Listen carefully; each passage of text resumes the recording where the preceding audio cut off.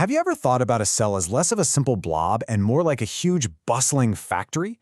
I mean, it's got everything: power plants, assembly lines, even its own transportation network. But, just like any complex operation, it also creates waste. It has to deal with hazardous materials, and it's got to manage its fuel. To handle all these specialized jobs, the cell has some pretty unique crews on the payroll. And that's really the big question, isn't it? When an old part inside the cell breaks down, who's in charge of recycling it? When a dangerous toxin, say like alcohol, shows up on the scene, who neutralizes it? And how does a tiny seed with no sunlight convert its stored fuel into usable energy to grow? Well, the answer lies with three absolutely incredible organelles. So in this explainer, we're going to go on a little tour to meet these specialist crews. First up, we've got the demolition and recycling team, the lysosomes. Then we'll check in with the hazmat experts, the peroxisomes, and we'll finish up with the super specialized energy converters, the glyoxysomes, before we pull it all together for a final comparison. All right, let's dive in and meet our first and probably most famous crew, the lysosomes. You can think of these guys as the cell's ultimate cleanup and recycling specialists. Their name literally means splitting body, which is just a perfect description. A lysosome is basically a small sac or vesicle wrapped in a single membrane.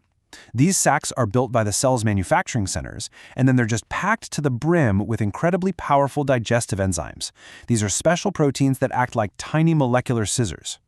And when I say powerful, I am not kidding. A single lysosome has around 40 different types of these hydrolytic enzymes that use water to just snap chemical bonds.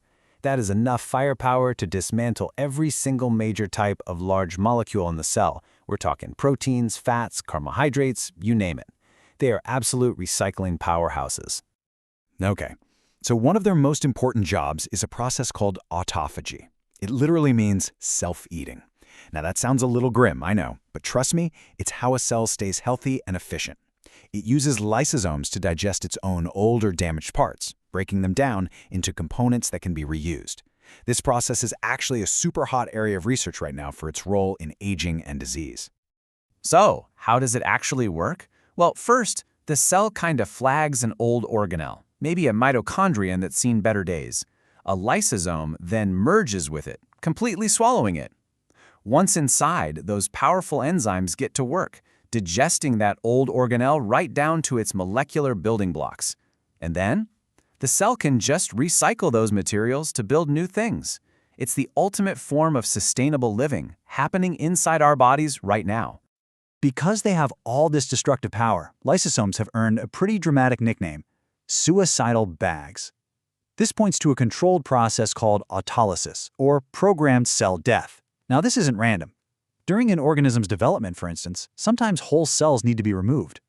In those cases, the lysosomes get a signal to burst, releasing all their enzymes to quickly digest the cell from the inside out. All right, let's move on from the demolition crew and see who handles the really dangerous jobs inside the cell. It's time to meet the hazmat team, the peroxisomes. Now, it is really easy to get these two mixed up, so let's be clear. They might look kind of similar, but their jobs are fundamentally different. Lysosomes use enzymes that add water to break things down. That's hydrolysis. Peroxisomes use oxidative enzymes that shuffle electrons around to trigger chemical reactions, like detoxification. Think of it as a demolition crew versus a chemical neutralization squad. Peroxisomes are the cell's main line of defense against certain toxins. They're packed with these oxidative enzymes, like peroxidase and catalase, and you'll find a ton of them in our liver cells. In fact, if your liver has more toxins to deal with, say from alcohol, the number and size of its peroxisomes can actually increase to handle the workload. What's so brilliant here is this two-step safety protocol. Check it out. In step 1, an enzyme called peroxidase turns the alcohol into hydrogen peroxide. Here's the catch, though. Hydrogen peroxide is really toxic, but the peroxisome has a plan. As you see in step 2, another enzyme, catalase, is right there on standby to immediately break that toxic byproduct down into harmless water and oxygen. It's a perfect controlled disposal of hazardous waste. And they're not just for detox. In plant cells, peroxisomes have a totally different but still critical role in a process called photorespiration. They help convert a compound called glycolate into an amino acid. So yeah, they're a pretty versatile hazmat team active in more than just one kingdom of life. Okay, on to our final and most highly specialized team. This is a crew that you will only find in a very specific place, doing a very specific and incredibly vital job. Let's meet the glyoxysomes. So a glyoxysome is technically a specialized kind of peroxisome, but here's the kicker. You will only find them in the seedlings of plants that store their energy as oils or fats. Think sunflower seeds or castor beans. And you will not find them in animal cells. Period. So what is their one crucial mission? Well, a tiny seedling doesn't have leaves yet, which means it can't do photosynthesis to make its own food. Its only source of energy is the fat packed into the seed. Glyoxysomes have the unique enzymes needed to convert those stored fats into carbohydrates, which provides the fuel that seedling desperately needs to sprout and grow until it can finally reach the sunlight. So let's just recap the key facts here. Glyoxysomes are temporary, super-specialized peroxisomes. They run a unique metabolic pathway, their job is absolutely essential for seedlings to get going, and they are totally exclusive to the plant kingdom. Okay, we've met the demolition crew, the hazmat team, and the energy converters. So let's bring it all home and put our 3 specialist crews side by side to really see how they stack up. This table just lays it out perfectly. You've got the lysosome, the recycler, breaking down old cell parts.